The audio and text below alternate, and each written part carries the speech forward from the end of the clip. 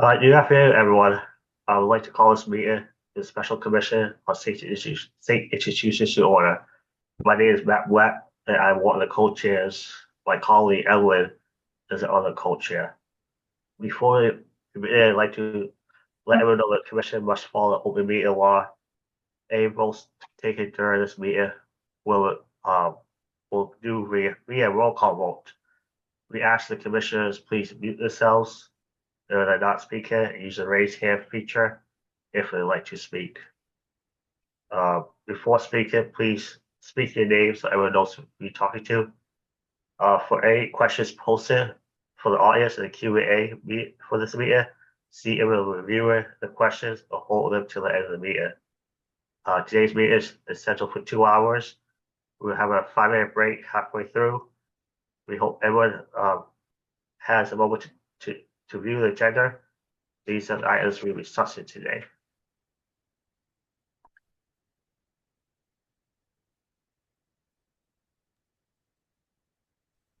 I'm Evelyn, I'm co-chair. To make sure everyone can participate, we ask the following. We have a card service support our meeting today. There are captures that help people follow the discussions. If you need help turning on the captures, please let us know.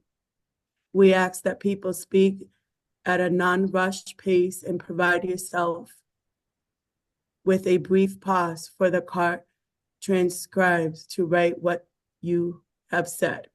We ask that you speak with a few acronyms as possible. Doing so will help all the participants to understand important information that is shared here. We will try to remind folks of these items. As just mentioned, if needed during this meeting, and to keep us on track. When we end this meeting, we will have notes made available based on what we talk about today. This meeting is also being recorded and video are available at the commissionmass.gov page and on YouTube.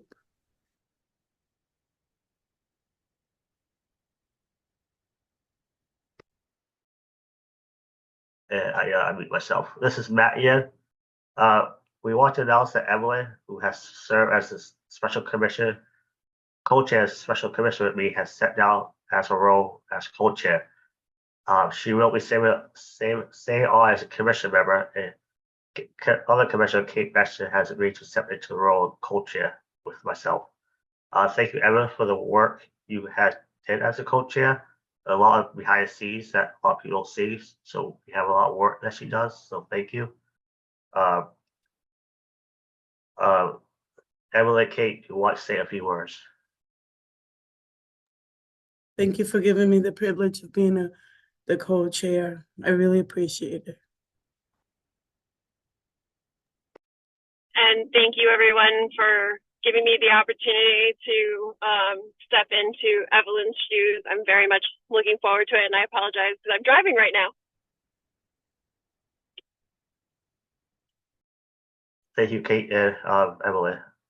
We want to also announce the departure of one of the commissioner members, Caitlin Ramos, who has served as a representative of Mass Archives, will be out on leave. On behalf of the commission, I'd like to say thank you for Ms. Ramos for her work on the commission. We would like to welcome Samuel Edwards, who has been appointed to replace Caitlin and will serve as a representative of Mass Archives. Samuel would like to say a few, like to introduce yourself. Sorry. Hi, I'm Samuel Edwards. I'm a reference archivist at the Massachusetts Archives. I was drawn to this commission because disability rights are a personal passion of mine, as well as figuring out how we can make this history and these records more accessible to everybody. This is Matt. Yeah, thank you, Samuel. We'd like to also welcome James Cooley, who has been appointed to the role of former employee of the state institutions. James, you'd like to say a few words or introduce yourself? Yes, good afternoon, everyone. And I'm excited and pleased to join this commission. I've been drawn to the commission. I actually have worked, was a volunteer at Belchertown way back in the 70s. Worked at Hogan Regional Center and worked at Danvers State. I'm currently a DMH employee working in central office. So feel very passionately about advocacy and the work of the commission. Thank you.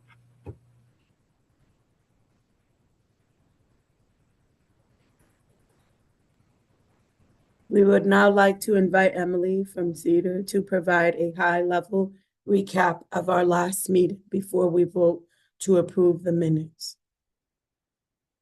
Thank you, Evelyn. The last meeting, the commission introduced 2 new members, Lori Medeiros and Caitlin Ramos.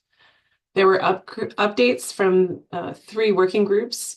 From the Records and Record Access group, they discussed scenarios for law clinic students to review about laws related to record access. They also reviewed a response in draft to the letter of inquiry to the governor. The Burials and Burial Location group discussed research related to the Foxborough State Hospital Cemetery. They reviewed the burial report outline and discussed the cemetery at Tewksbury Hospital called the Pines, including a memorandum of understanding or an agreement with the state and town related to use of the property and walking trails on the grounds. The work group for the framework for recognition discussed what they had learned from the California Memorial Project and from the work of Pat Deegan. Also in the meeting, we reviewed the Burials and Burial Locations draft report content from Cedar's research. This included a discussion of how the burial of the poor early on in colonial Massachusetts was handled, and the burial of people living in institutions. We discussed how people with disabilities were categorized as first being poor, then institutionalized, and at times referred to as inmates. We just talked about laws that were used to take the bodies of people who were deceased and had lived in institutions without family members and means to be used for medical education and research, and how in-house autopsies and morgues were formed in the institutions. We reviewed how burials were funded early on from the shipmasters and railroad masters using to pay for deceased immigrants, then moving to funding from towns and cities, and then eventually to the state. We discussed death record laws, starting with requirements of when deaths need to be reported and recorded, and leading to what we now call vital records, which are burial and death records. We talked about how fines were used to make sure people followed these rules, the eventual storage of these records at municipal, state, and archive locations. We discussed different types of cemeteries and how sometimes the cemeteries experienced a higher number of deaths in years where there were diseases like the Spanish flu epidemic in 1918 and other public health related infectious diseases that changed how graves were used and how they were marked. There were 2 areas for additional research discussed.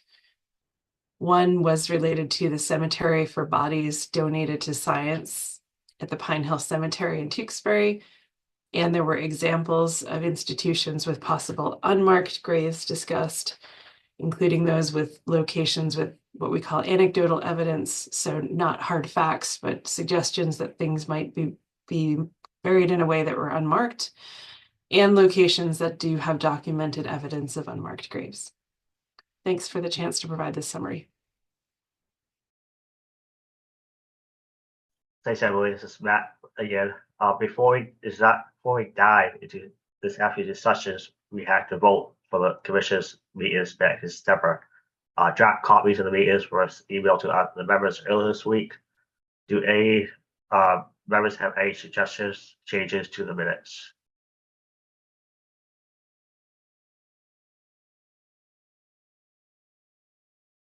If not, we can proceed with the vote.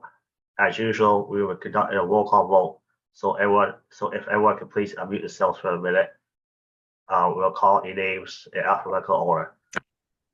First, do I have a motion to approve the minutes?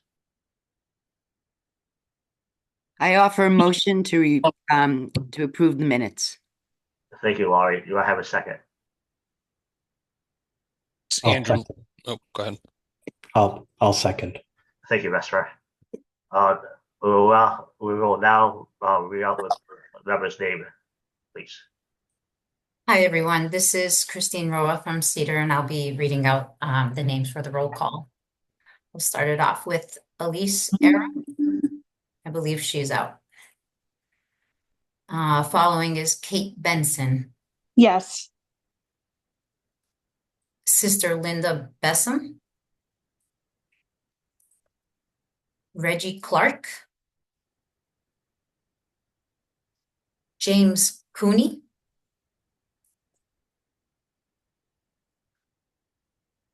Samuel Edwards, Yes. Anne Frack, Yes. Alex Green, Yes. Bill Henning, Yes. Andrew Leverell, Yes. Mary Mahone Macaulay, she's out. Evelyn Mateo, Yes. Lori Medeiros, Yes. Matt Millett, Yes. Vesper Moore, Yes. and Brenda Rankin, who I believe is also out today. Did I miss anyone?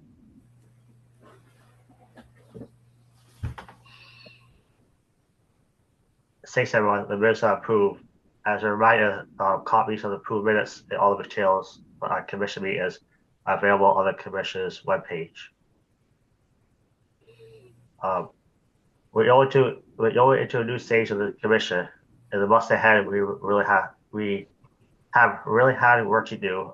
Unfortunately, we're not able to hold the commission last month because we don't have enough commission members for a full quorum.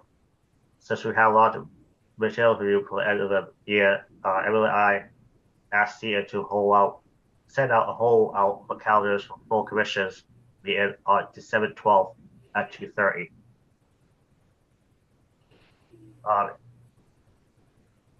This part of our work will be very public. We all need to understand the commission do it much better than we can do now. We can know the details of the report for Tia and give them feedback. We also need to create our own recommendations and a final report for the state destination. I think you need a clear plan to get this done or won't be successful. One idea is to have a leadership structure. For example, if we have vice chair, they can step in for the co-chair if Kate or I were not available. The vice chair will help out working with the co-chairs regularly and read out to the members.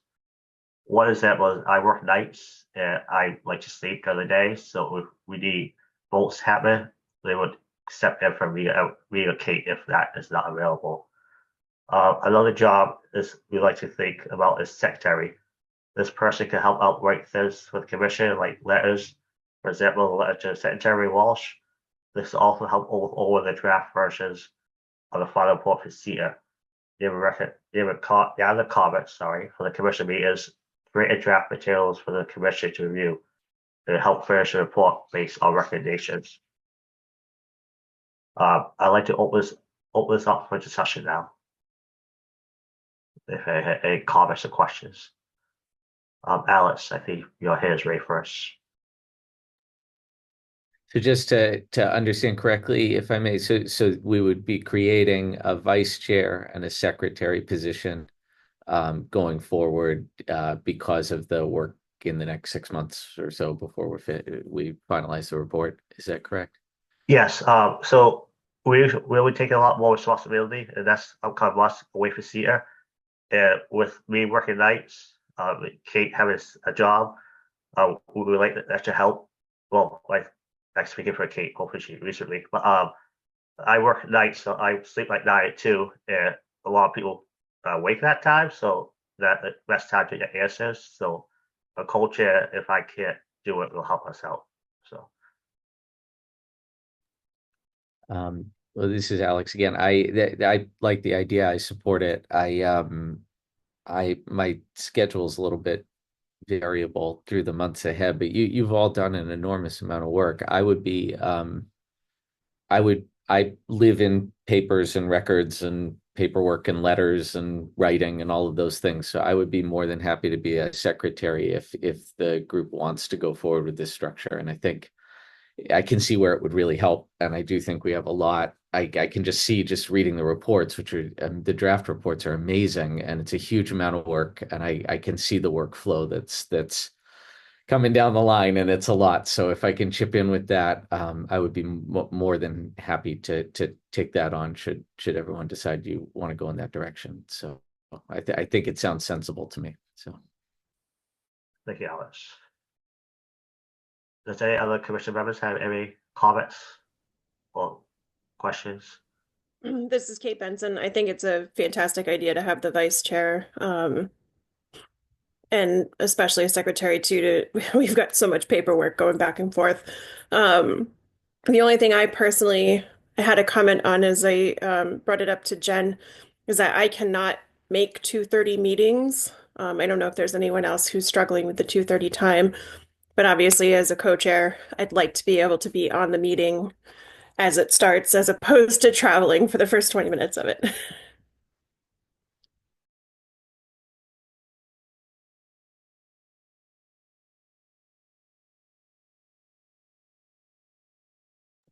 I just have two questions. One, Kate, what would be a better window of time?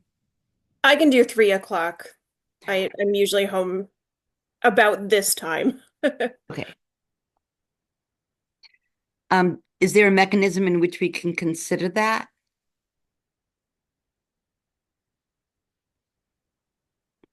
Or would that be an email out to the group with a kind of, doodle poll? Might we be able to switch the time? I think it'll likely be a doodle poll, yes. Okay. Yeah, this is Matt. Laura, you just might introduce yourself next time I speak. Just so we, but yeah, it would be a dual poll. Cause I know like some other people work till 4:30. So if we had a 2-hour meeting, they can't pass that. So why it's a delicate balance we try to strike. There's sometimes like Kate can't be off for the first 20 minutes, or a couple other members have to leave right at 4:30. So that's why it's a very delicate balance that we try to do. So. And I have one question. Does the oh, Alex, I'm sorry, you had your hand up. Sorry. No, go for it, Lori. Go for it again. Okay,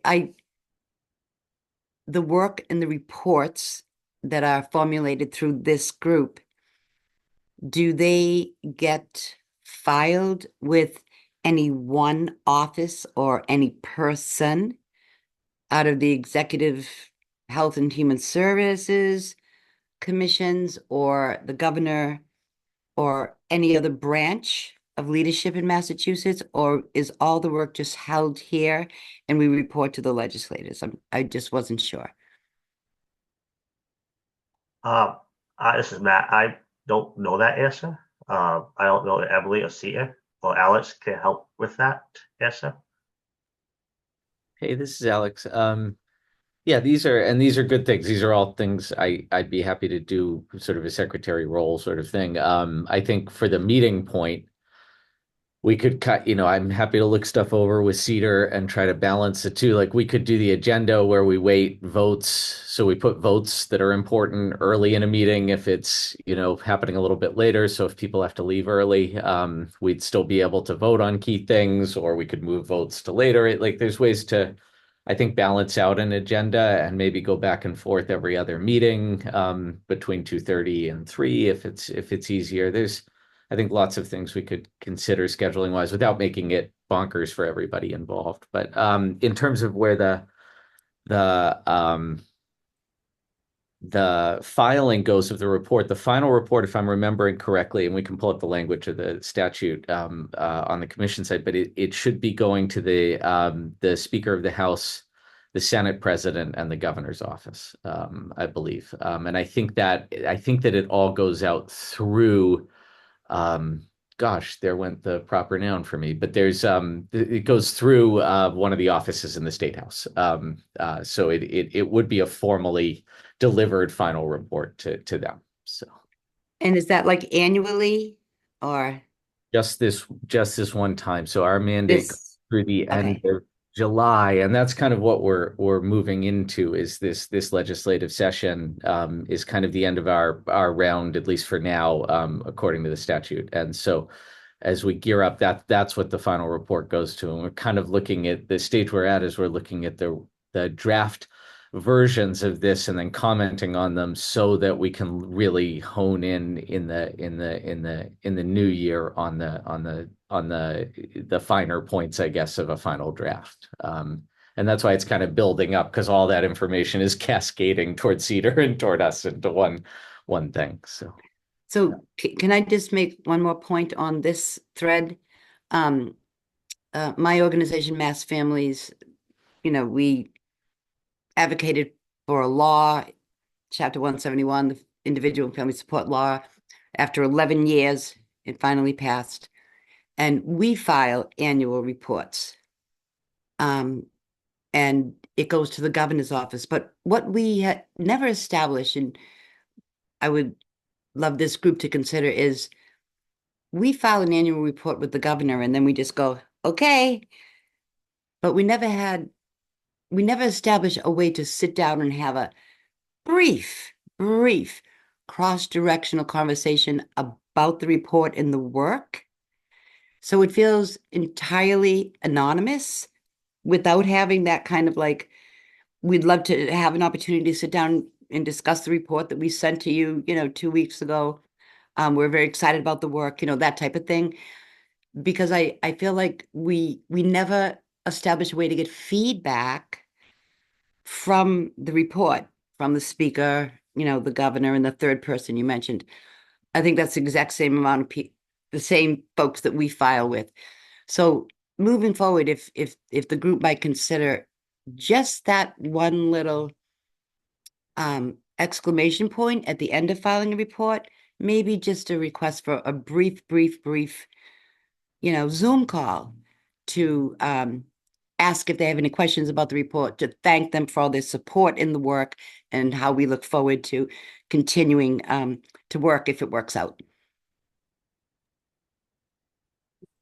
Thank you, Lori. If I may just hop in on a couple points here. One, I think there is an opportunity, as written in the bill, to post the report publicly. So the audiences that Alec mentioned will receive the report, but they'll not be the only audiences that can view and review its contents.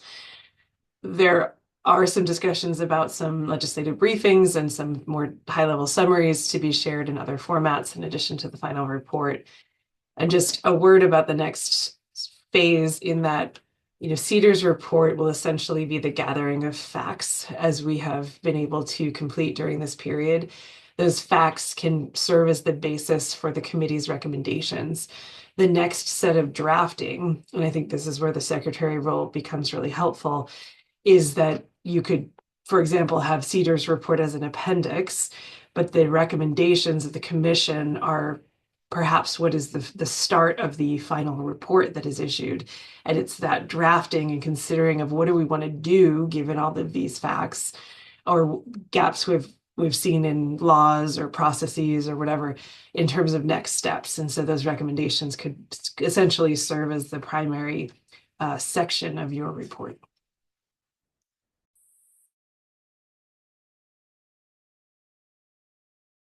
Thank you, Emily and Alex, and Andrew, for that group message or chat. Did anyone else have any comments, questions? would anyone like to be considered for vice chair for that role?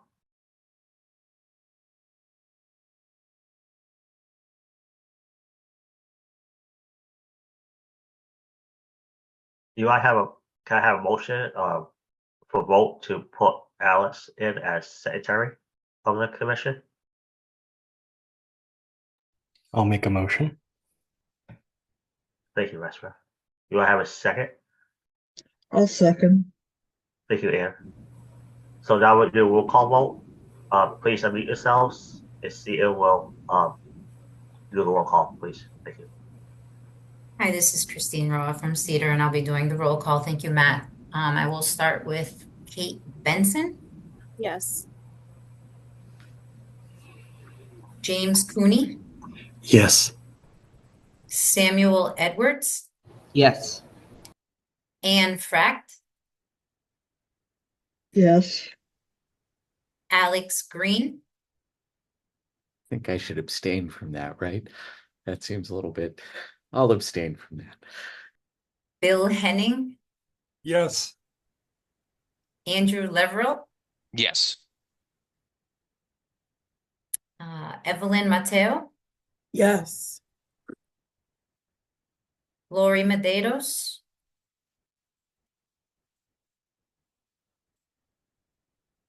Matt Millett, Yes. Vesper Moore. Yes. Did I miss anyone?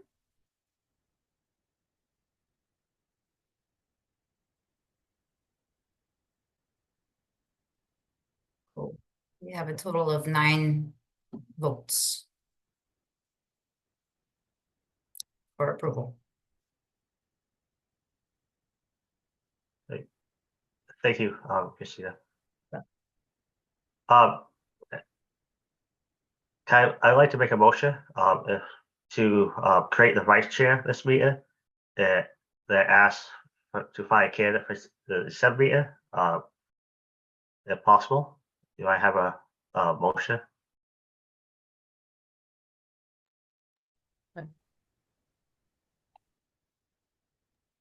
I'll make a motion to create a vice chair role. Andrew Leverill, I'll second. Thank you, Alice, for the motion. Thank you, Andrew, for a second. See, we'll now do a roll call vote. Thank you, Matt. This is Christine Rowe again from Cedar, and I'll do the roll call. We'll start with Kate Benson, Yes. James Cooney, Samuel Edwards, Yes.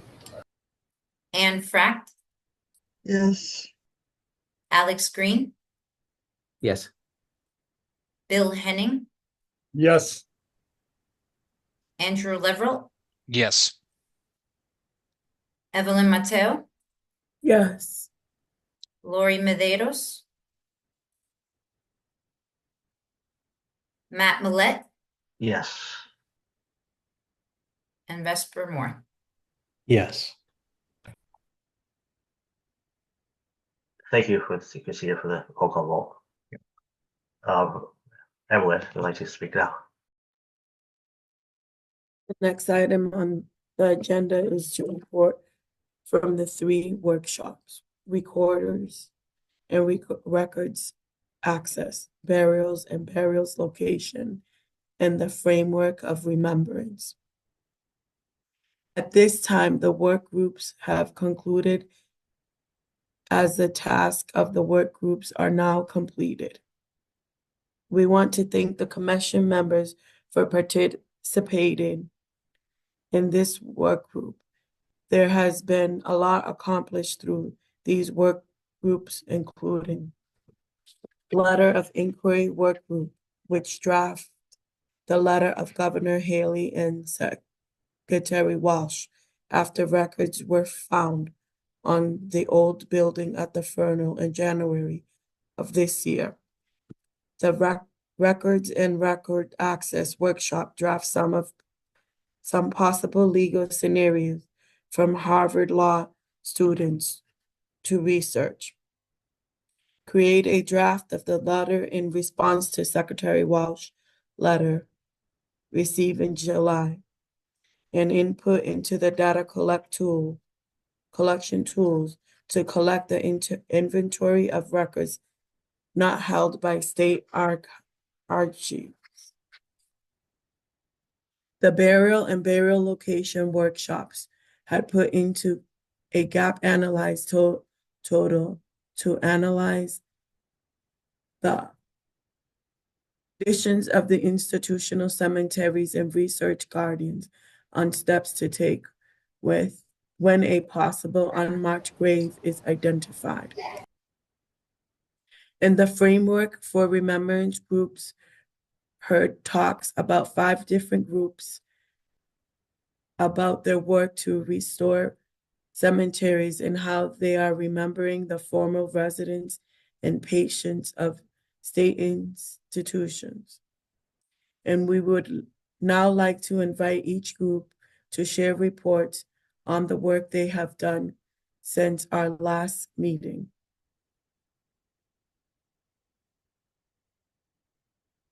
Alex, could you give an update on the records and records requests work group? Sure. I believe we're still working with this draft reply to the records, to the letter that we got. Let me just give some quick background, and then I'd like to see with Jen and Emily and Christine about that. But just some background for folks. In January-ish of last year, or this year, it came to light that there were a substantial number of records left behind in buildings across the campus of the former Fernald School. That became public in the Boston Globe and then led to a kind of larger discussion and response between the commission and DDS and also DMH. As part of that, we sent a letter to Secretary Walsh for Health and Human Services, because it kind of oversees both groups, to find out kind of what steps were being taken and what was known about these records, and what was being done. And we got some preliminary information and a response from them earlier this year. So now what we've been considering is our reply for some more specific information based on their letter. Now, I think, I just can't remember because our last meeting didn't come through. We were here, and then I know we went, but have we sent it, or are we still considering the draft to take a vote as the whole commission? Hi, this is Jennifer from Cedar. The draft letter went out to the full commission to review. So I believe at this point, if there are no additions or edits, I believe it's up to the commission whether to send it at this point. Okay, thank you so much. We have a draft in our materials that was sent around. I'm happy to summarize what that looks like here, and then maybe we could consider taking a vote on the response. Yeah. There are basically 5 requests in the response letter. So those 5 requests you can kind of see here up on the screen. They don't boil down to 5 exactly in the letter, but I think they follow these 5 themes. We wanted to know more about what was found when they went through some of these older facilities. We got some specifics on some stuff, but not on everything in a comprehensive way. And we'd like to know more within that about what information we can find out about the problems that exist for keeping records safe. That would obviously help us with some of our recommendations later. We want to know how records are stored right now. Some records were moved. Well, all the records were swiftly moved, it sounds like, out of the Fernald to a safer storage facility, and just some more details about how things are kept safe and where they are would be very useful for us, and the letter asks for that. It asks about ways in which DMH and DDS can make it easier for people to access the records about themselves or their loved ones that they want. And one of the ideas in the letter floated is to kind of make that process similar to what Mass Archives does, so that there's more of a similar process no matter where somebody goes. So it all looks kind of familiar. And Mass Archives has a really nice process with individual documents for saying why some information is removed and protecting that information. So an example would be like if you wanted a record about yourself, but it also had someone else's name on it, they know how to create a copy that blacks out that other name and also explains what they've blacked out. So you're not just getting a document blacked out and looking at it and saying, I don't know why this isn't here. Does it relate to me or somebody else? We also ask in the letter what counts as a medical record. We need to know this. I think a good example would be the cemetery stuff where there's some question of whether a record from a cemetery, let's say it's just a list of names of people buried in a cemetery at a former state institution, is that considered what's called a vital record? Birth, death, marriage, divorce, which are generally supposed to be open to all public review, or is that considered a medical record? And there's been some confusion over which those are. So it would help to get what a definition is of a medical record from them. And then just a kind of location and completeness of the record. So what do we have and what don't we have?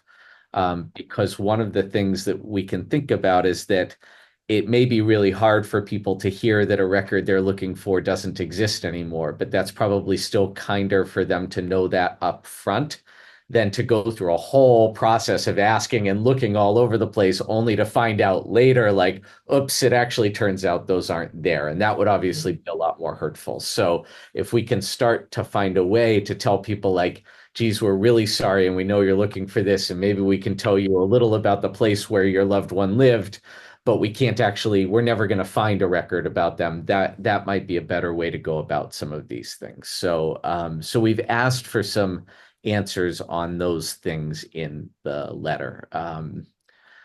So it's been a while. I would urge us to not let the old saying, don't let the perfect get in the way of the good. Having just looked at the draft of the letter now, I think we're in pretty good shape, and I would recommend that we just take a quick vote to authorize Cedar to get it on out there, if that's possible, and authorize the chairs to do it, if that's possible, and open to questions as well. Samuel, yeah, hey. This is Samuel speaking. I just had a quick question about if the records access group has kind of discussed if there might be some kind of change we could advocate for to change the legislation around medical records, just because I know, like, in our archive, we have things that are dating back to the 1800s, right? And we can't let anyone look at those, even though, you know, those people are deceased. Many people who know them are long deceased. And most of the people coming in are doing, you know, family research and want to understand, you know, the context of, you know, what happened to their family member.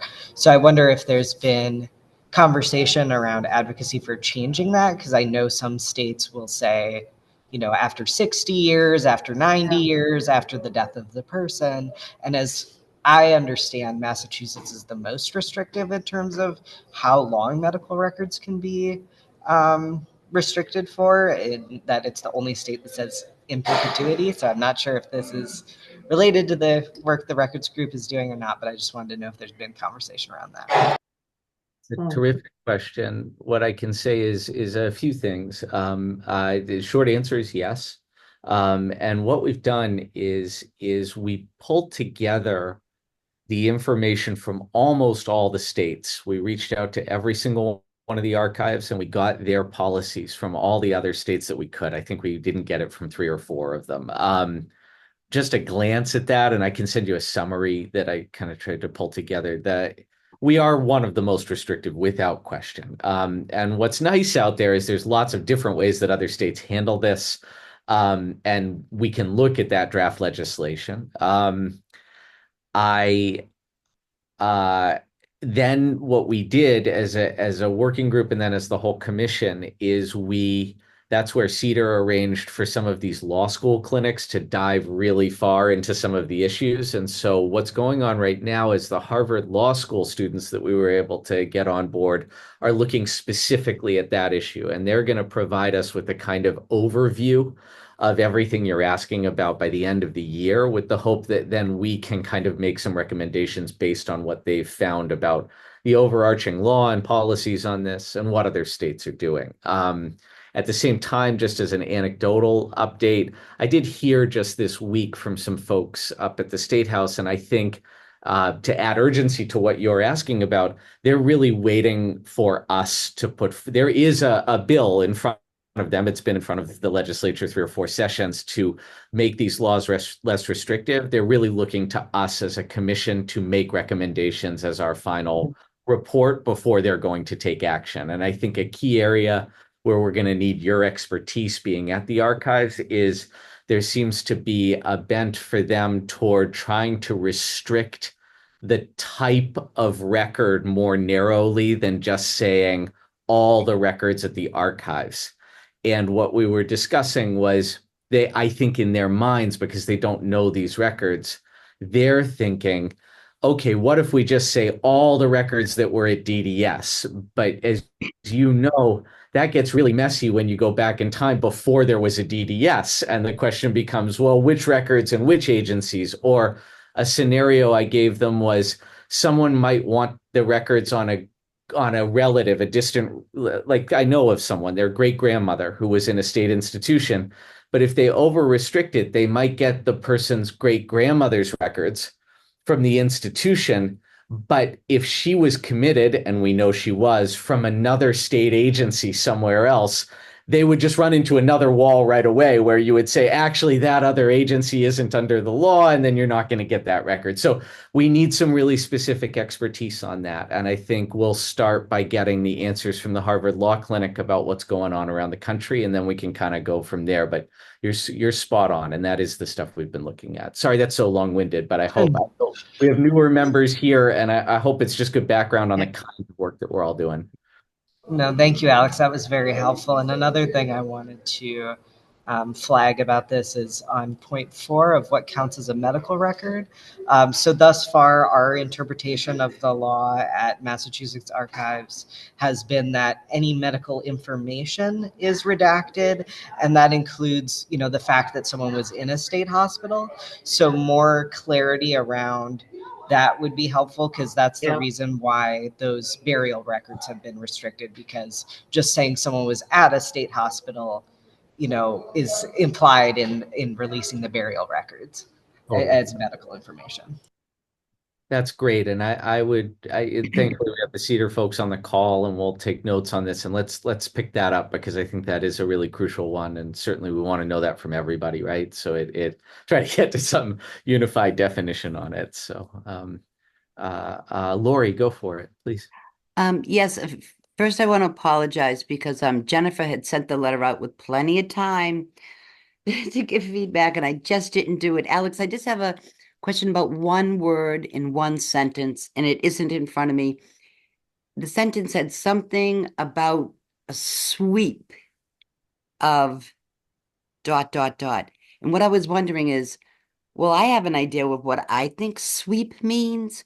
Do the readers of that letter have the same idea what sweep means? And do the drafters of that letter have an entirely different idea of what sweep means? So I was just wondering if what does sweep mean in that sentence? I can hazard a guess, which is that when they went through, like, say, the Fernald, that was the sweep to retrieve all the records and move them all to a safer facility.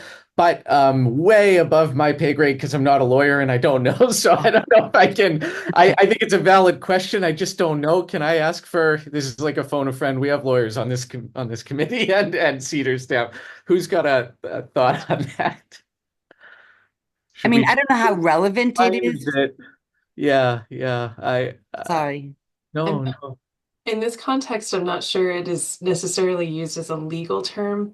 What it means is to go to the location and collect the records that were able to be collected during that visit safely. And I do invite, I think we have a DDS representative on if they would like to say more about what that sweep entailed. But essentially, it is in an effort to collect what is available and to clean up what was remaining there. Thank you.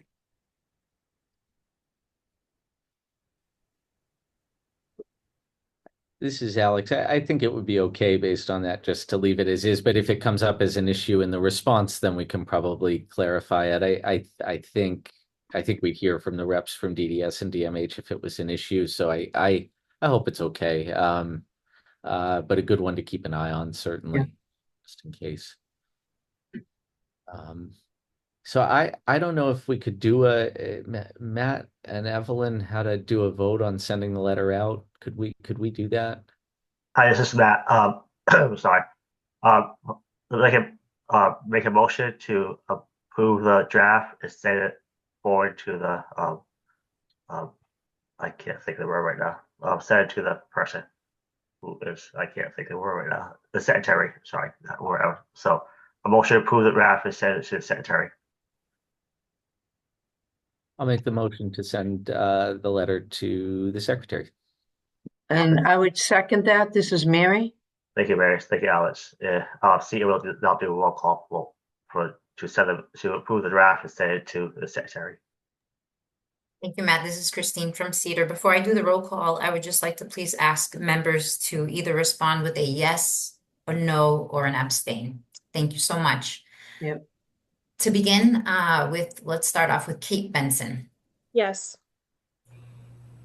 followed by James Cooney, Yes. Samuel Edwards, Yes. Anne Frack, Yes. Alex Green, Yes. Bill Henning, Yes. Andrew Leverell, Yes. Mary Mahone McCauley, Yes. Evelyn Mateo, Yes. Lori Medeiros, Yes. Matt Millett, Yes. and Vesper Moore.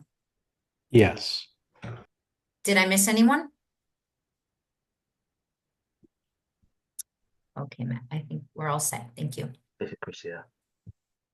Alice, is there anything else in your work group? There is just one last quick thing. I'll go through it very fast. It's just a short slide, and then I'm all set. One thing that we also worked on as in the records crew is we in the previous slide we were sort of looking at how all of this information is collected, and obviously we needed to kind of get into one. It would be nice if, like I was saying before, people could kind of review what records exist and what don't, and where they are and who's responsible for them, and try to get that all in one place. And I don't want to say that as though there's no version of that floating out there. There are some examples and there are some versions out there. They just seem a little bit incomplete, and they don't check off all the boxes that we've been asking about. And so what we worked on a little bit is to create a tool to help support the gathering of data from DMH and DDS. And that tool is really a kind of a checklist of questions that could help them know. And this is super important where they might have older records and the person in charge of it may actually just need to know what they're looking for, which would be a fair thing. Kind of giving us specific details about the types of things that exist. So in that list summarized here, some of the things are details about the type of record it is, like let's say it's all patient records by name from a certain institution.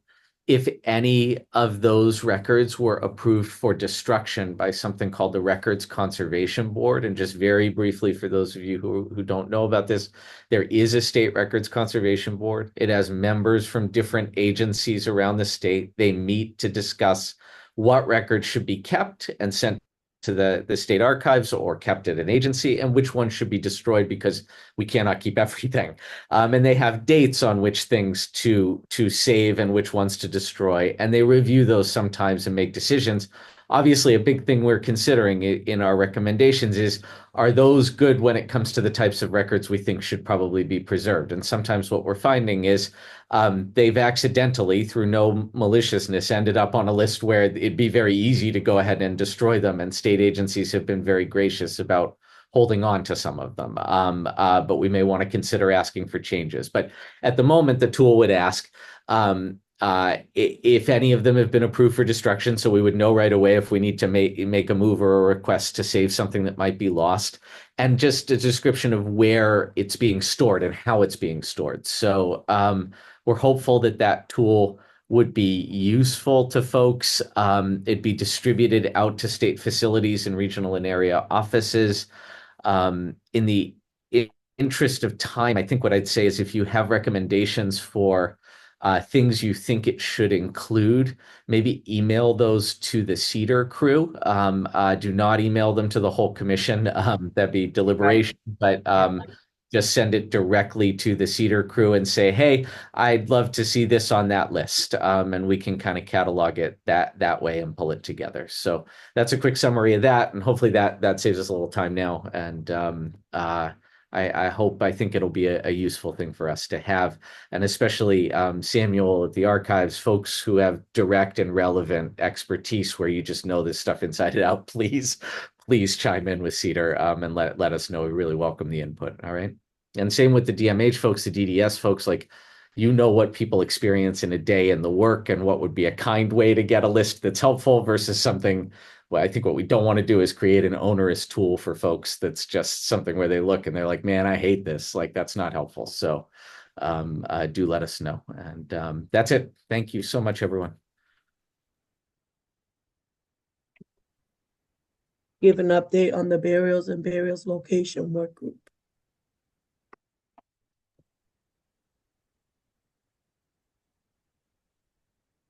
Hi, this is Lori Medeiros, and I'm gonna represent the notes.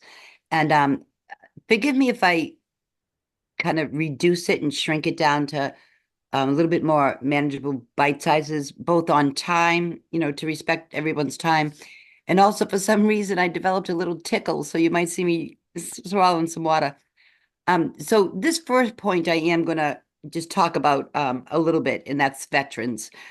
Way back when ADA was first signed by the first Bush, yay, yay, yay, clap, clap, clap. However, Section 504 never got implemented, and there was no expectation that it would be implemented. And for years and years and years, accessibility just languished and languished. And there was a group of self-advocates who got in their wheelchairs and went all over and congregated in New York outside of some offices, and then eventually down in Washington, D.C., which was the big Capitol crawl, that little girl crawling up the stairs of the Capitols. Well, one of the things they realized pretty quickly, and they were all very tired, that they were really dismissed as handicapped people. But when the Vietnam veterans came out and they started demanding the implementation of 504, it kind of changed the whole fabric of that advocacy, because there was a different lens when you included veterans about accessibility, in both older veterans and a good, amount of current Vietnam. They had just gotten, back from the war, those that came back. And to note that there are actually veterans buried in some of these cemeteries, I think it's really the group thinks it's really an important to note, because veterans are part of the whole in state institutions and state deaths and state burials. They're not a sub-separate. And when we can, as a society, look at these sites and these cemeteries as burial places for all, then I think all deserve the dignity of maintenance and naming and all of that. And there are 47 former Fernald residents who were discharged to go serve in World War I. Anybody have any discussion about the veterans angle? I don't even want to call it an angle, about the fact that veterans are also part of state hospitals, therefore the cemeteries. Yeah, this is Mary Mahir McCauley. And, I just want to add that, as you said, it is a fact. And I think that, there were people with disabilities that were at all levels of society, economically, socially, and I think that for a lot of people, it adds, you know, it adds another level of honor. Every human being should be honored as far as in their death too, to be able to, it's very sad to me to think that there's unmarked graves without even a name or anything. But I think that most people across the country, across the state, when they think of a veteran that has served, everyone has honor, but people think very specially and highly of veterans. And so I think it's important to make that point. So thank you. I just want to say one more thing. Alex, the man that we know whose brother was buried in Medfern, his name is David?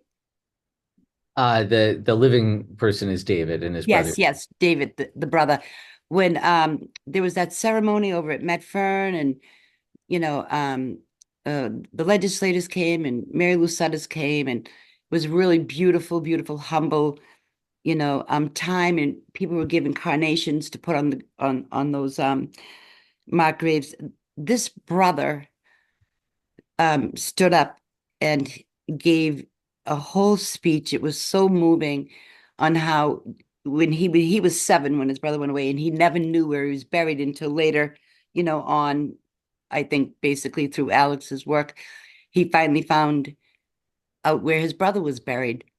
And he said at that ceremony, finally, my brother can have the dignity in death that he never had in life. And I will never, ever, ever forget that line.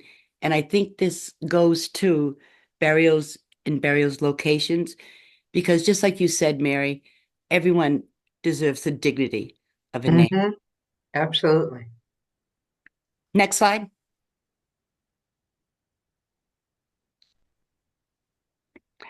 This is really important. Everybody is already has a copy of these, right, Jennifer, these slides, or will get them? Yes. Okay. I'm not going to belabor on this. I want to be mindful of time, but I think this is really excellent that the National Register listing, we have a number of our institutions on the listing of the National Register of Historic Places, which I feel like really gives us a good bookmarker that holds a place of dignity for those locations and those sites, because they are listed as a cemetery on the National Register of Historic Places. So I never knew that, and I think this is amazing. And going right back to the word dignity, it also gives those locations another layer of dignity, which ultimately, we hope it one day would warrant some memorialization or work continuing to remember those folks. Next slide.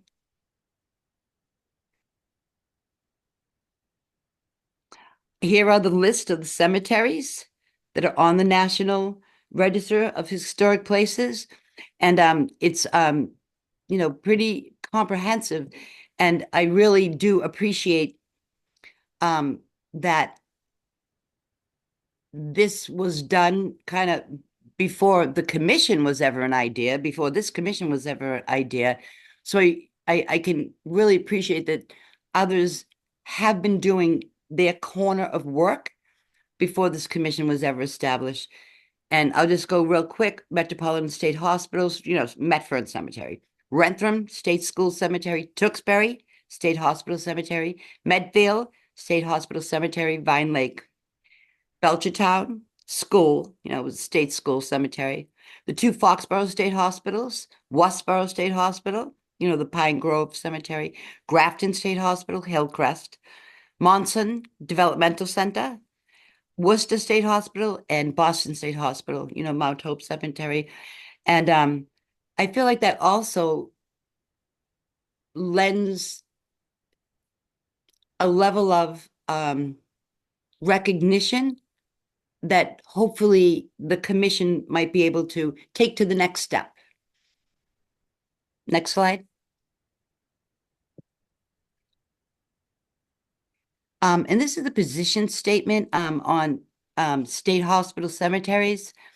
And I don't want to go too fast, but I'm mindful of the time. You could always go back and, read these. And that is when a number of state hospitals that were listed on the the National Historic, what is it? National NRHP. The work group wanted to discuss the position statement on hospital cemeteries. And with the National Association of State Mental Health Program Directors issued a statement in 2001 that outlined their position on hospital cemeteries. And this was sent to commission members late last month. And it holds the belief that all people should be treated with respect and dignity, that states should take care of cemeteries on the grounds of state psychiatric hospitals. However, some of these cemeteries have been neglected and are not cared for properly. And in some cases, it's hard to even find the exact locations of graves. And naturally, when these graves are forgotten or not taken care of, we're saying as a society, we don't care about all people, only people of stature or relevance. And taking care of this enemy is important for both patients, families, the hospital system, and shows respect. But I would also say it's really important as a society that we say all means all. If all persons deserve dignity and respect, both in life and in death, like David said about his brother, then all means all. Next slide, please. Oh, wait, is there any discussion about the position statement? I didn't really read it out, but, you can go back and read this, try to find the graves and the information to the families, fix and maintain cemeteries, take care for them forever, build a memorial, if not all graves can be found. Any discussion about that? Okay, now next slide. Last month, in September, a memorandum was discussed, memorandum of understanding between the Department of Public Health and Bay Circuit Alliance to create a public access trail on state-owned land. And according to that MOU, this trail would be part of the Bay Circuit Trail to promote passive recreation defined as non-motorized activities that enhance an appreciation of open spaces. Certain wooden routes on hospital grounds would be designated as part of the Bay Circuit Trail. And there isn't a trail map that we can see, but one of those trails is right through the Pine Cemetery. There was a walking tour of that Pine Cemetery by the Museum of Public Health on Halloween, October 31st. Was anybody ever able to go to it? I registered and couldn't go at the last minute. Was anybody here able to go to that walking tour? Okay, so I think one of the takeaways about public trails through that, in particular the Pine Cemetery, is when we met, I don't know whether it was this work group or our last big meeting like this, someone said that they were at one of these sites and people were, walking on the trails adjacent to the actual cemetery, and they would let their dogs off leash, and the dogs would just run, go to the bathroom, come back, join their human, and go on about their day. And I was sickened that these trails could actually go right through this pine cemetery. And I can't imagine dogs go in the bathroom on my parents' cemetery. I mean, my parents, resting site. So I think it's important that we pay attention to that and hold that in our, maybe in the future, one of our non-negotiables, maybe in the future. Any discussion regarding those points? Okie dokie. Thank you very much. Thank you.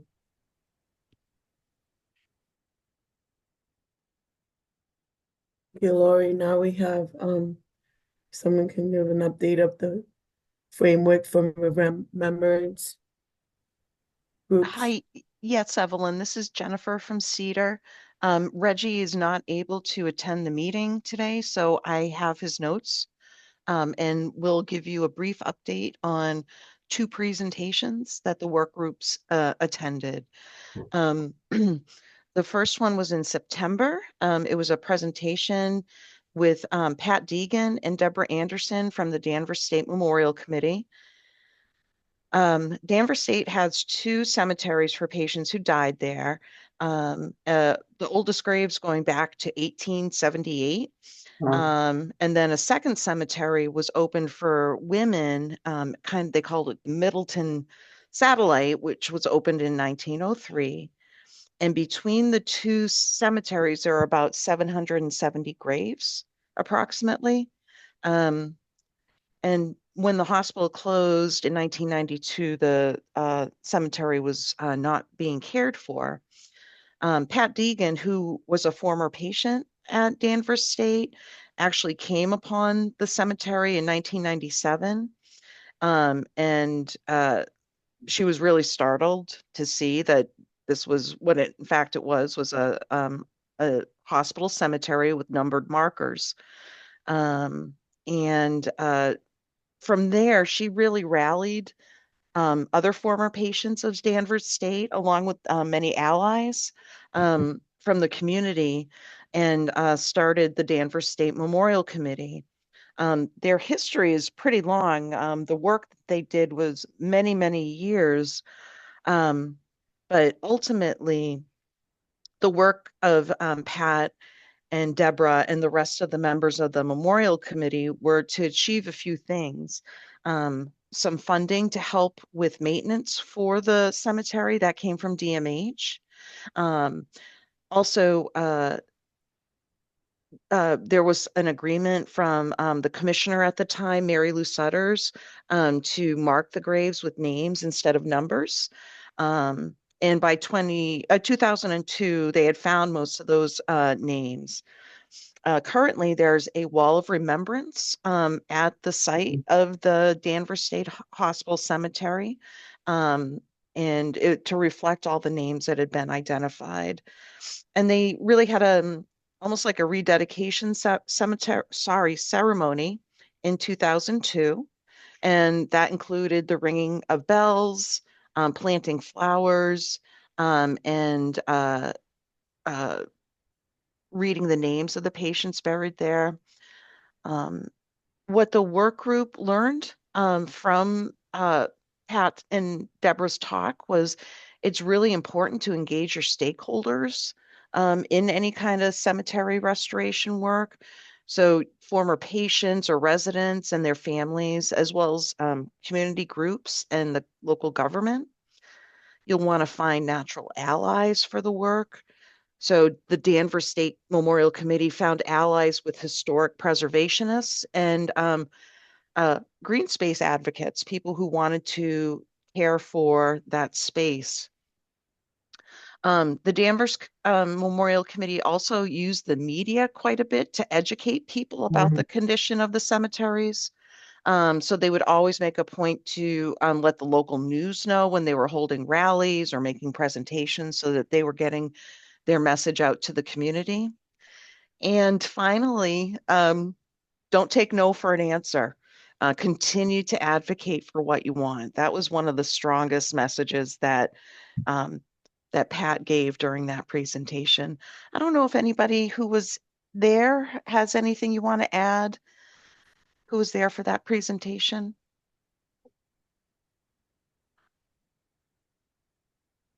Okay. The other meeting or talk that the work group attended was just yesterday. Thank you, Alex, for talking about the Metfern Cemetery. For folks who don't know, Metfern is a cemetery that's associated with the Fernald Center and Metropolitan State Hospital. It was only active between 1947 and 1979. Prior to that, before the use of the Metfern Cemetery, residents were buried in unmarked graves at two locations. One is Mount Feek Cemetery, and then I'm going to add in here, we also learned from somebody who used to work at Fernald that residents were also buried at the town cemetery in Belmont as well. That's another location. Unfortunately, the location where the cemetery is not ideal for a cemetery. It's actually built, it's actually one that's prone to poor conditions. Graves would fill up with water. And, this is kind of unfortunate to describe, but they might, some of the caretakers would use rocks to sink the coffins. And the ground is very unstable and a lot of shale. So it's hard to dig into the ground to the proper depth. Back in the 70s, there were two very important figures at Fernald, Father Henry Marquardt, who is the chaplain at Fernald, and a local funeral director, Mr. Brasco. They really worked to push for the closure of the Metfern Cemetery and were successful in arguing that the people who lived and died at Fernald and in Met State should be considered residents of the city of Waltham and should be buried in the city cemetery. When the institutions closed, the cemetery itself kind of fell into disrepair. But there have been community members and disability advocates who have continued to kind of watch and take care of this particular cemetery. And Alex shared with the group about the work that he and the students at Ghan Academy did to research the people who are buried in Metfern and to develop some memorials to them. The students worked on designing historical markers for the cemetery, and they also launched a website to tell the stories of the people that are buried there. There was some efforts made to obtain funds to preserve and restore the cemetery through a Community Preservation Act grant. But unfortunately, because of some inaction on the part of the city and the state, those funds weren't used. I just wanted to ask if anybody from the group that attended yesterday wanted to share anything else from Alex's presentation.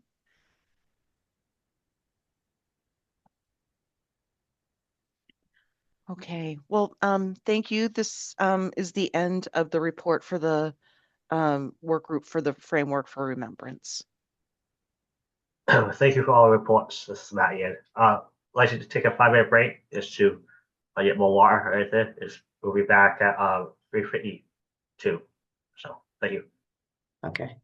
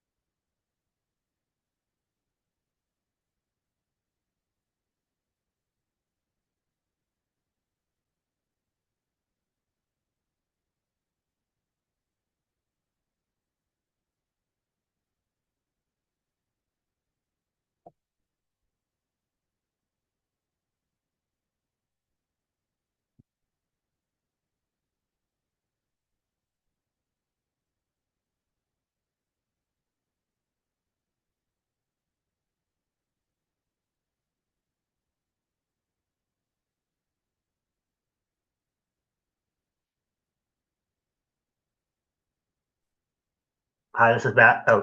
Thank you, everyone. Next, we'd like to ask CETA to lead the session regarding the first draft report they have been working on. Thank you. This is Jennifer from Cedar. Um, Everyone on the special commission should have received a copy of the first draft of our report. Today, we'd like to talk through sections of the report, starting where we left off last meeting. So we have some slides that we put together. As we move through sections of the report, we'll pause for any feedback or questions.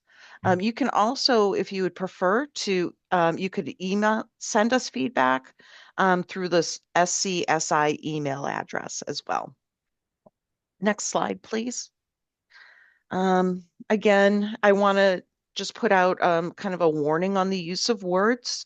Some of the words that are used in the report are reflective of the history around institutions in the state of Massachusetts, and that they can be offensive to people. For example, it was common to refer to people who lived in one of these institutions as an inmate, and other words that were used that are offensive now are words like lunatic or feeble-minded. Next slide. So when we last met, we discussed burials and the burial location section of the report. And this is where we left off, which is really the areas that we're looking at additional research. We are working closely with the board of Pine Hill Cemetery in Tewksbury to learn more about those individuals whose bodies were donated to science. I was actually able to identify about 35 residents from the state hospital at Bridgewater that were donated to the medical schools for science. So, it's definitely something that was happening. We are also looking at anecdotal and documented evidence of unmarked graves. For example, we have some anecdotal evidence of Fernald and Belchertown, and then we have some documented evidence in a number of the institutions, Northampton, Foxborough, Tewksbury. And then in Bridgewater, there was actually a news report from 1981 where there was a discovery of 12 skeletons during some construction in the prison complex. So, and they were laid out very much as if it was a burial site. And we are also currently compiling a list of the cemeteries and the names of people who are buried in these cemeteries that have been made publicly available. So we've got examples from Medfield, Westboro, Danvers, Flavin, Munson, Rentham, Belchertown, Gardner, and the Hillside Cemetery, which is part of Worcester State. So we are going to be continuing this research in the burial area, and we're digging into current laws around cremation, burial, and medical research of deceased in Massachusetts. Okay, next slide, please. Is there any questions or feedback on this section before I turn it over to Christine?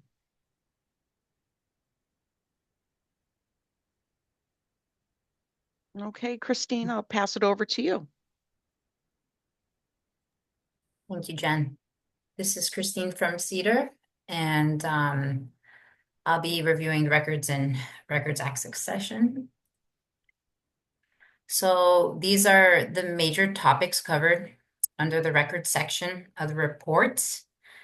It begins with the evolution of governing bodies of state institutions, types of records created by different state institutions, examples of the type of information found in patient records, current requirements for records for both DMH and DDS, institutional records collections, records held by both DMH and DDS, records request process, public records, private collections of institutional records, personal experiences, comparative standards in other states, and areas for additional research. So We'll begin with the placement of lunatics and idiots in prisons and jails in the early 1800s. So in the early 1800s, a law in Massachusetts said that people called idiots, lunatics, and insane persons not furiously mad had to be kept in county jails or house of corrections. This law was part of Chapter 223 of the Acts of 1836. In 1832, a report by a special commission in charge of establishing the Worcester State Lunatic Hospital also noted that this practice had started over 30 years ago. So roughly at or before the beginning of the 19th century, and that to be put in jail, 2 judges had to consider the person to be a danger to the public.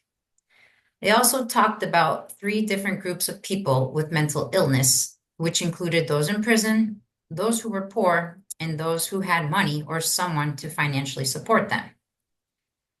In the first annual report of the Worcester State Lunatic Hospital in 1833, the superintendent said many people with long-term mental illnesses were coming to the hospital.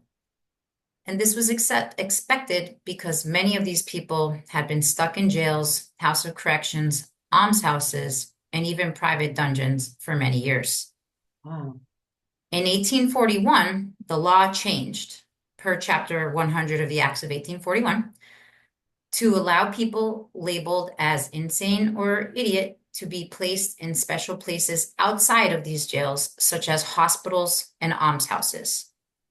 And around this time, Massachusetts also started to think about better ways to care for people labeled as idiots, including teaching them in special schools. Wow. In the 1830s, Massachusetts created a group called the Committee on Public Charitable Institutions. This committee had the job of visiting and checking the conditions of public charities, such as schools and hospitals.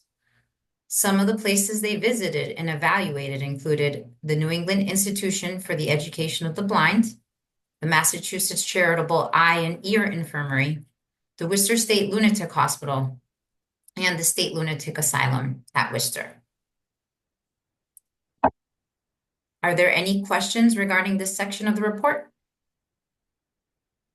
Yes, this is Mary, Mahan Macaulay from MOD, and I'm wondering, what are private dungeons?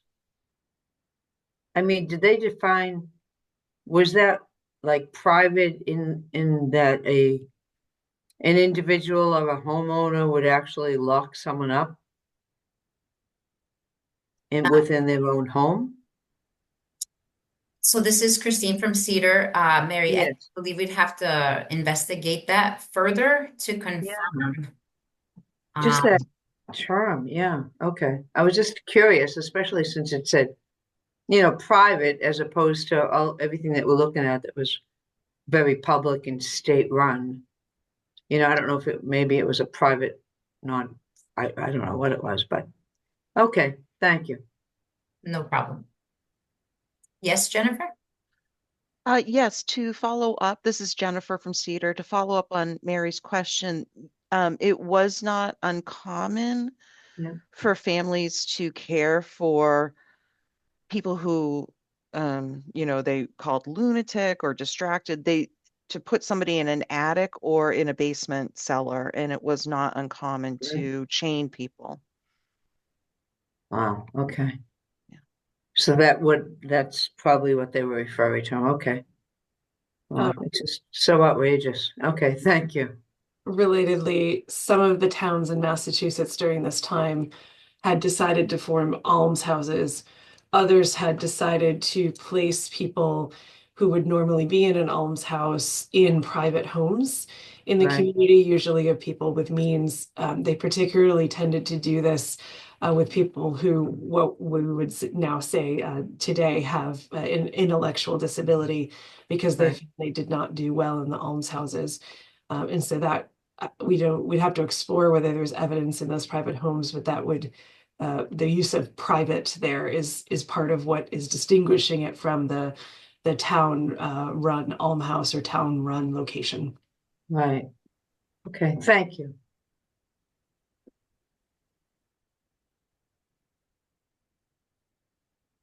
I'll be switching it over to Jen from Cedar. Thank you.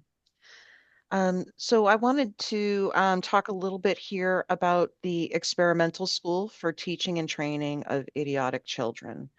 So from 1848 to 1852, Massachusetts started a project to learn more about the people that they labeled as idiots. And they chose, the governor of Massachusetts chose 3 people to be on that commission. And their job was really to research this group of people in Massachusetts and suggest ways to help them. So the commission included Samuel Gridley Howe from the Perkins Institute and Asylum for the Blind. And their report included important findings and ideas that led to a new law that created the Experimental School for Teaching and Training Idiotic Children. And the goal of that school was to support and teach these children. And it was set up as a public charity. And it was hosted by the trustees of the Perkins Institution and managed it for a budget of $2,500 a year. Basically, it was considered a kind of a wing of the Perkins Institute. It was in the same school district as the normal school at West Newton, which meant that it had a formal link to the schools and was visited by a committee from the Board of Ed that checked on the schools in that district. Next slide, please. So once the experimental school closed, the Massachusetts School for Idiotic and Feeble-Minded Youth opened in South Boston in 1952, and many of the students from the experimental school moved there. According to law from 1851, the school was run by a mix of state-appointed and corporate trustees, and there was a board of visitors that made visits to the school. And that at times included the governor. And the board could visit at any point, at any time, and was in charge of really making sure that they were abiding by the school's rules and regulations. Children between the ages of 6 and 12 could apply to attend, but first they had to go through a trial month to make sure that the school was a good fit for them. And then after the trial, the school would send a report to the parents about whether their child was accepted. The school was also required to offer free education to at least 30 students from poor families. And to apply for those spots, the families had to fill out special applications and send that into the governor and provide 2 certificates. One from the local town that said that the family couldn't afford to pay for the services, and another certificate came from a doctor confirming that the child had a mental deficiency or was not insane. In 1960, the Massachusetts School for Idiotic and Feeble-Minded Youth was recognized as one of the special schools that help support education, just like the state reform schools and the industrial schools. They were seen as important as they intended to help everyone, regardless of disability, to get an education and to learn skills. And because of this, they were often included in the yearly reports from the Board of Education. Next slide. Any questions about the experimental school or the Massachusetts School for Idiotic and Feeble-Minded Youth? This is Mary again. I'm just wondering, do you know what the address was in South Boston of that school? Oh, I don't. I can look it up, but yes, I have it somewhere, Mary, but I can include that. Yeah. Yeah. Okay. Thank you.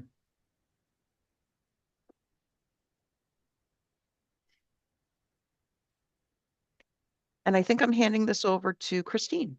Yes, thank you, Jen. This is Christine from Cedar. Okay, so I'll be discussing the Board of Commissioners of Alien Passengers and State Paupers around 1851. So this commission and board of alien passengers and state paupers was created in 1851.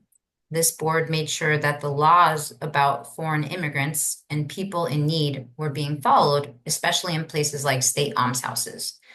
They kept track of information about the help that these people received. In 1856, a law said that if someone called an idiot didn't have a home and was reported to the court, they would be sent to the nearest state almshouse.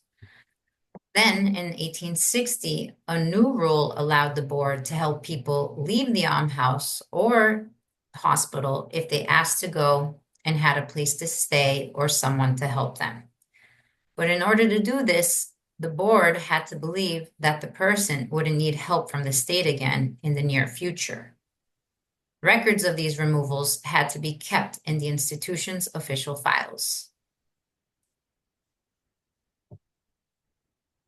So now I'll be discussing the Special Joint Committee on Public Charitable Institutions. So in 1858, a group called the Special Joint Commission was formed to look into public charitable institutions such as almshouses.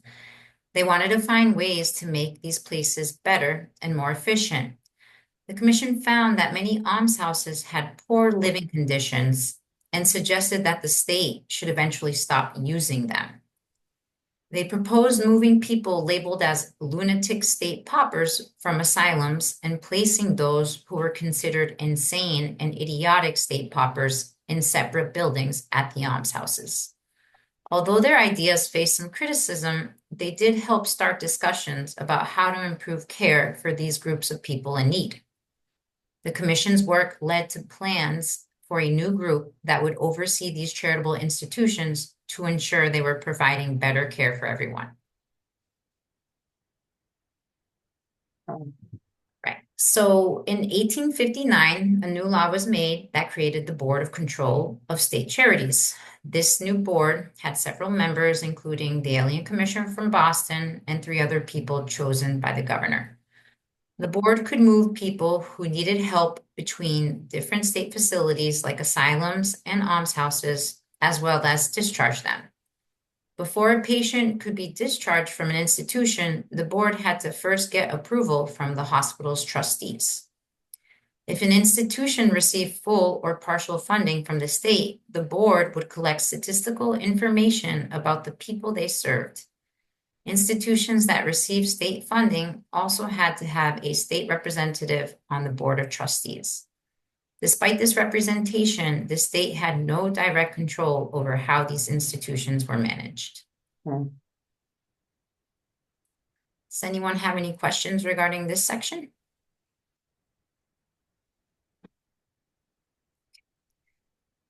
If not, then it's all yours, Jen. Thank you. Okay, I will pick up on the State Board of Charities, which was created in 1864.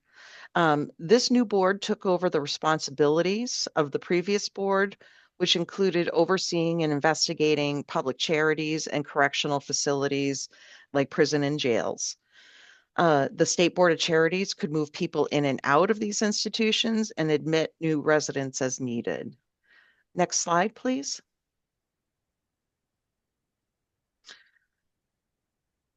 So in 1864, the Board of State Charities also began creating a state register for prisons and town paupers, and that was in relation to new registry laws. So to improve records, especially with a lot of foreign paupers arriving, they categorized paupers into 3 groups: fully supported, partially supported, and vagrants. The law required the overseers for the poor to submit records twice a year to the Board of State Charities, that was later changed to once a year, detailing information about each pauper, including personal details and their financial support. Additionally, the board mandated regular updates on patients from the state lunatic hospitals and other institutions. And the state The secretary of the board emphasized the importance of maintaining these records in both towns and at the government level for accurate tracking and identification of individuals receiving aid.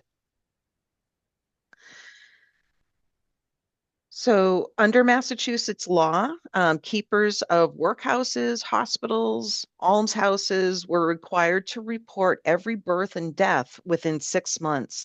And if they didn't, they could actually be fined. And for the 3 state almshouses, the superintendents had to keep detailed records of all births and deaths. And this included information like the date and place of birth, the child's name, their parents, the parent's occupation, and then details about deaths, such as the cause and the place of burial. The law also mandated that the state provide blank books and forms for record keeping, and it's unclear if these records had to be sent to the Secretary of State annually as required by the town clerks. For the town clerks, I apologize. The State Board of Charities also maintained registers for almshouses, schools, workhouses, and asylums. At the time, families could request and review record information at the board's local office in Boston without having to contact the superintendent or going directly to the institution. Any questions or feedback on this section?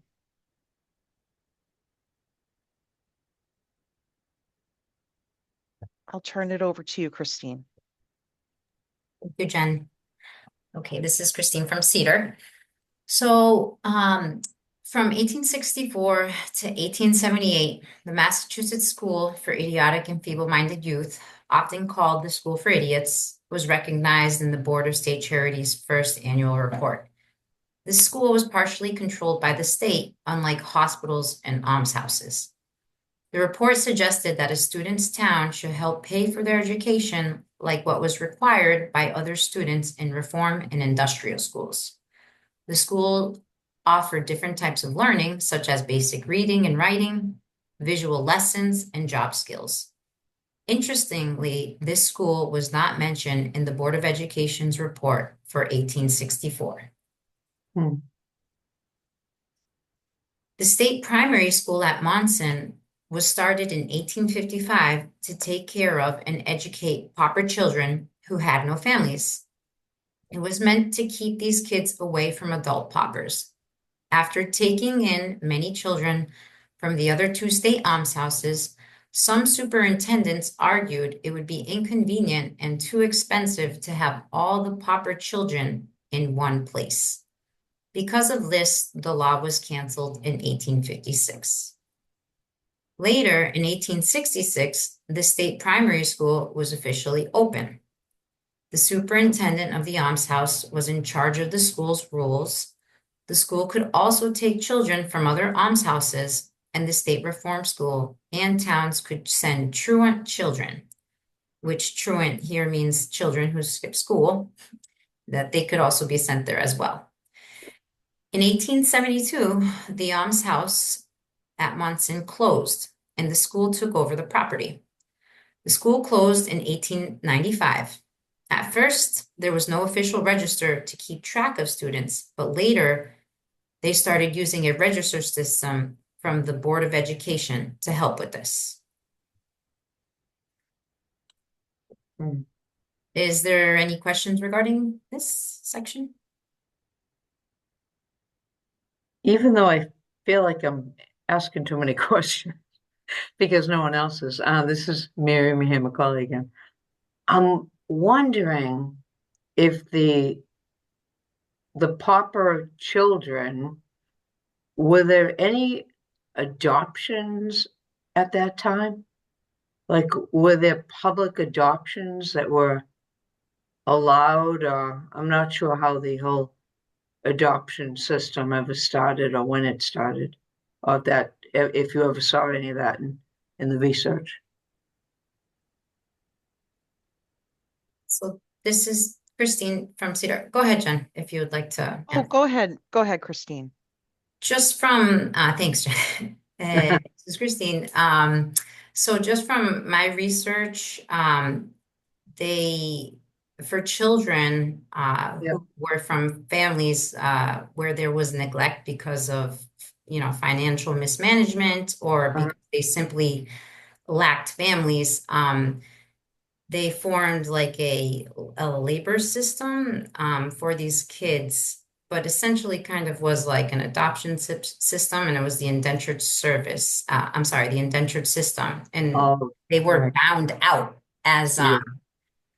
servants or apprentices to like more formal functional families that were considered to be that way in their communities.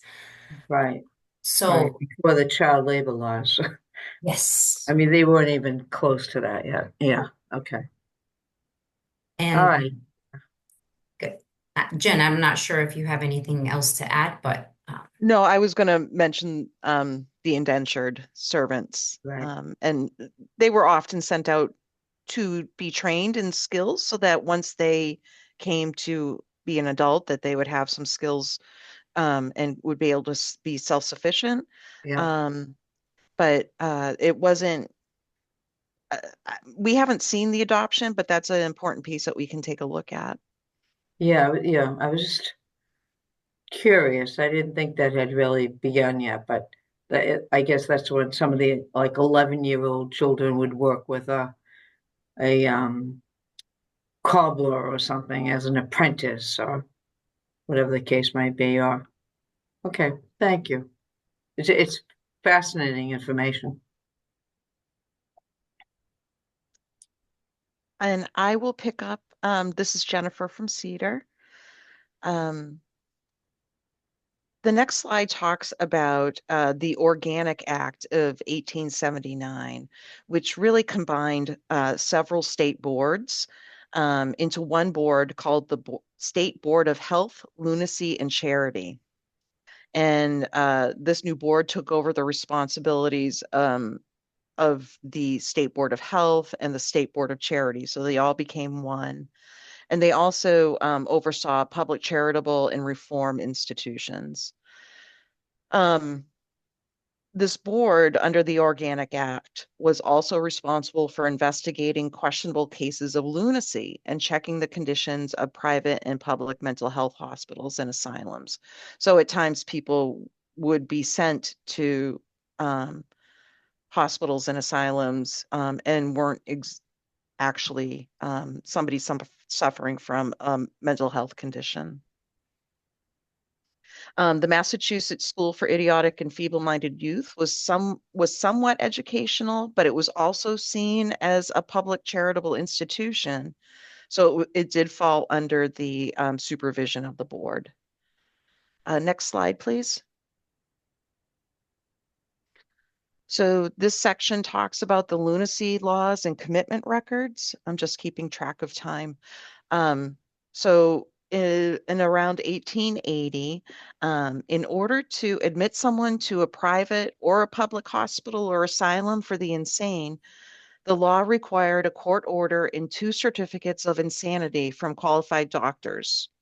So the person making the request to have somebody admitted had to inform the local mayor or the local townspeople and provide details within 10 days, including the person's age, birthplace, occupation, and information about their mental health history. And this included the nature of their illness and whether they had been in a hospital before. These documents were filed in court, and a copy was sent to the superintendent of the hospital to be added to the patient's record.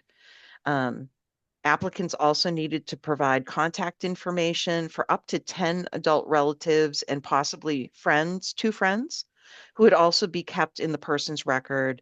And the superintendent had to notify these contacts within 2 days of admission. The law also created a special commission made up of the state prison's doctor and superintendents of state mental hospitals. And this commission was responsible for checking on inmates to see if they were mentally ill.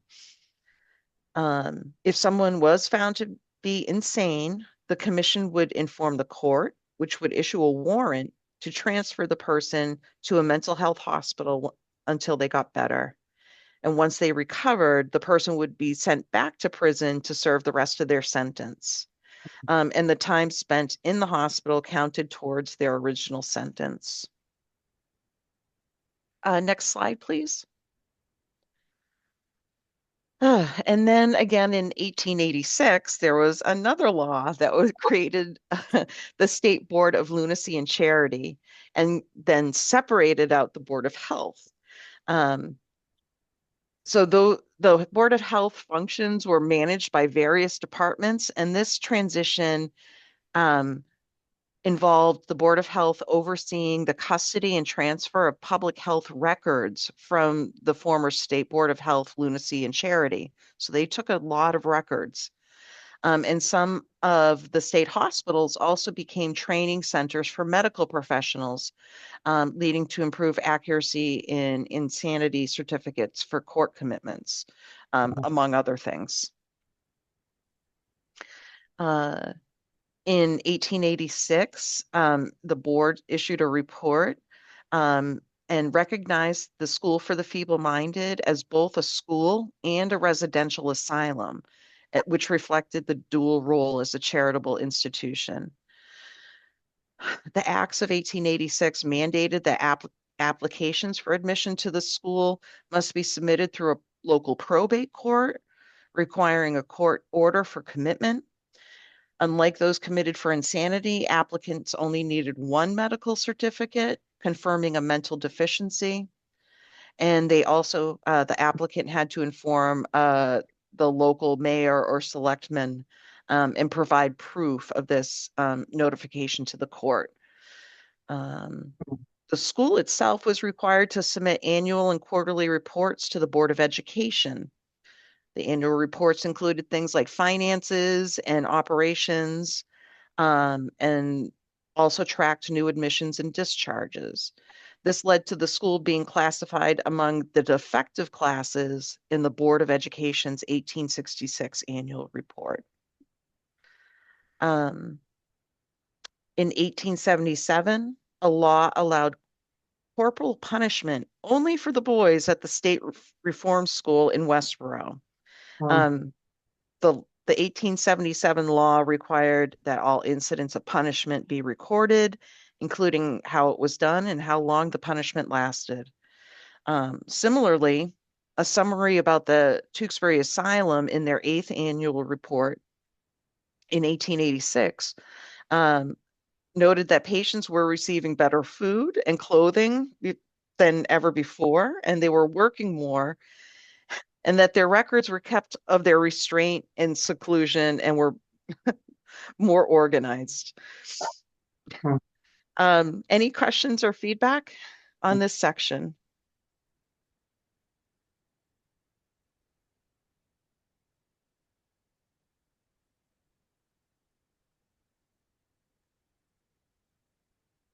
I will, this is Christine from Cedar. So in 1899, the State Board of Lunacy and Charity split into two separate entities, the State Board of Charity and the State Board of Insanity.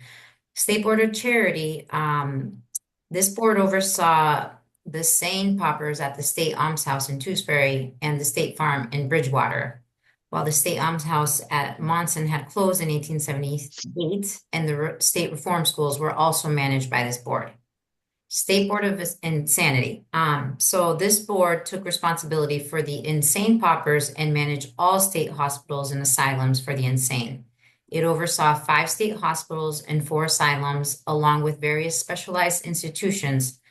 Notable changes included requiring board members to have expertise in insanity and replacing the term lunatic with insane. Okay, so in 1898, a new law set rules for the State Board of Insanity. They required institutions to fill out forms each year with information about people being admitted, like their age and where they came from. The board also needed to keep a record of everyone who was committed, including when they were moved or discharged. They suggested the board create a records access system to make it easier for court officers to access these records when deciding if a person was going to be committed in an institution. For the School for the Feeble-Minded at Waltham, the law said it didn't have to report to the Board of Education anymore. Despite this, the Board of Education still felt that the school played an important role in education. Since the school helped teach and care for children with special needs, it was seen as an important part of the public education system. So the Commission on Economy and Efficiency was set up in Massachusetts from 1912 to 1915 to help state government agencies become more efficient, provide better services, and save money. They looked at different state boards and departments to see how they could improve. In 1914, the Commission suggested that the State Board of Insanity should have fewer leaders. They recommended putting control in the hands of 5 commissioners and 1 main leader chosen by the governor. This change would help the institutions work together better and make decision-making clearer. This led to the reorganization of the Board of Insanity. Excuse me, but I think at this point we want to defer to Matt, given there's 2 minutes left, to see if he would like to request a motion to adjourn the meeting.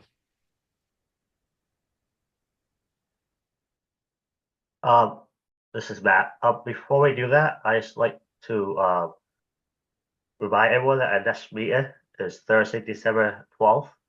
See if we set out a doodle poll for the time to see if it should stay at 2:30, if we should change it to 3. So hopefully everyone answers the doodle poll in a timely manner so we can get out the time for the meeting settle. Any questions about that? If not, everyone, you're up, please.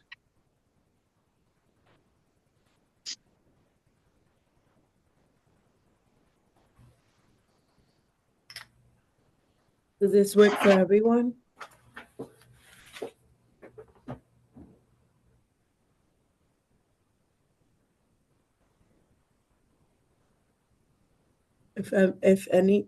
If members have any questions before then, you should feel free to contact us. If there's no other items or discussion, we can vote to adjourn. Please unmute yourself for the call roll vote. Do we have motion to adjourn?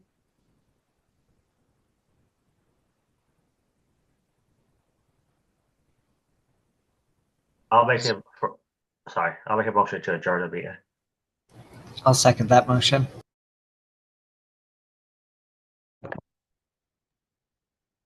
Okay, Over. my apologies. Sorry, Evelyn. This is Christine from Cedar. I will do the roll call. So, Kate Benson, Yes. James Cooney, Yes. Samuel Edwards, Yes. Anne Fract, Yes. Alex Green, Yes. Bill Henning, Yes, and I just want to say that whole report blew me away when I read it and heard it again. So we didn't have time to say anything, but my gosh, what a troubling legacy. But yes. Andrew Leverett, Yes. Mary Mahone Macaulay, Evelyn Mateo, Yes. Lori Medeiros, Yes. Matt Millett, Yes. and Vesper Moore. Yes.